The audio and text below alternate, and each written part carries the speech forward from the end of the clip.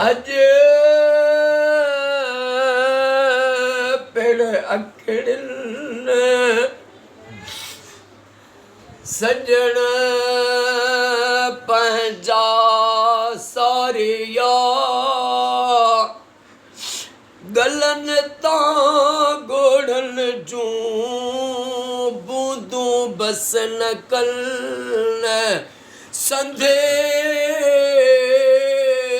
कपिरन लोक ॾिठे न लहे ओ मुंहिंजा मौला। अॼु पहिरीं रमज़ान मुंहिंजी अम्मा जी जल जो ॿारो आहे। अॼु जे ॾींहं ते अम्मा रोज़े सां रब तो पाण ॾे घुराई। अॼु मुंहिंजी अम्मा जे वफ़ात जो ॾिहाड़ो आहे। अम्मा जी जल जो ॿारो कयो आहे मुंहिंजे वॾे भाउ साईं मोहम्मद अज़ीम सियाल साईं जो।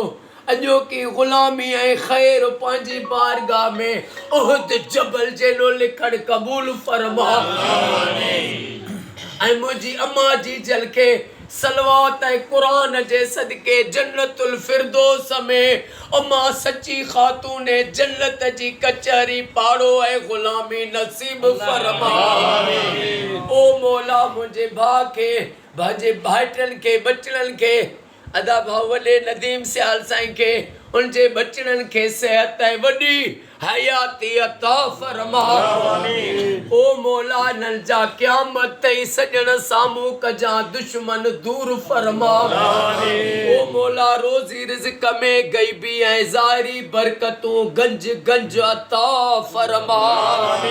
उस्ताद अमानुल्लाह सियाल साईं खे डॉक्टर शौकत अली सियाल साईं खे सेहत ऐं वॾी हयाती अता फरमा।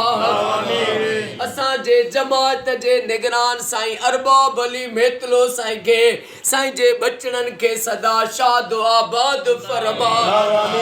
साईं सादला सियाल साईं खे सादला साईं जे सभिनी भाइरनि बचड़नि खे ऐं हसीब जे नंढड़े खे सेहत ऐं वॾी हयाती अता फरमा।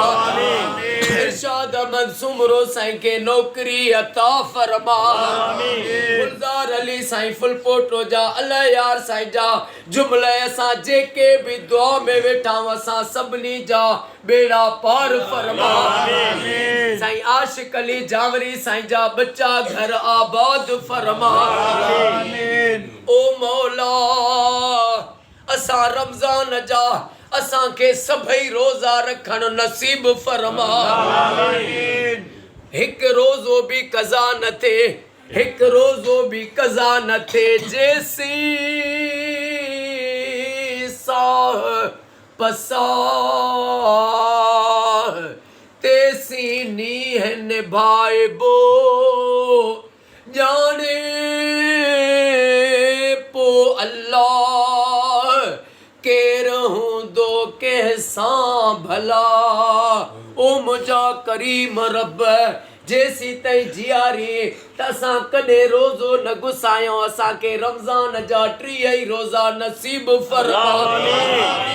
ऐं असां सभिनी खे ऐं जेके के बीमारी मजबूरीअ जे करे न रखी सघनि था इमाम हुसैन जे सदके उन्हनि खे क़यामत ताईं माफ़ फरमा। रब असां महबूब जी सारी उम्मत खे फिरके वारियत खां बचा। सॼे पाकिस्तान में सऊदी ईरान में इराक शाम में फलस्तीन में मिस्र में घर घर में लख सलवातूं थियनि या दुआ कबूल फरमा। अदा मोहम्मद अज़ीम सियाल साईं खे सेहत ऐं वॾी खिज़री हयाती अता फरमा। जेके बि साईं जे दिलनि में अदा जे दिलनि जूं जाइज़ तमन्नाऊं आहिनि उहे पूरियूं फरमा। साबिर हुसैन पढ़ियो साईं बाबा जा बच्चा घर आबाद फरमा। वॾेरे भंड साईं जा अबा अम्मा आबाद फरमा। जंहिंजो अबो अम्मा जीअरो आहे उनखे अबे अम्मा जो कदुर करण जी सादत नसीब फरमा।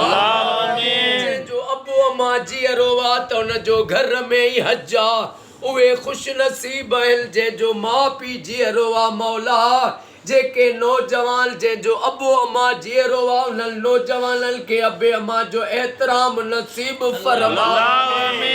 इन्नल्लाह व मलाइकतहू युसल्लूना अलन नबी या अय्युहल अय्युहल्लज़ीना आमनू सल्लु अलैहि वसल्लिमू तस्लीमा। अल्लाहुम्मा सल्लि अला मुहम्मद व आले मुहम्मद। ला इलाहा इल्लल्लाह मुहम्मदुर रसूलुल्लाह। नारे हैदरी।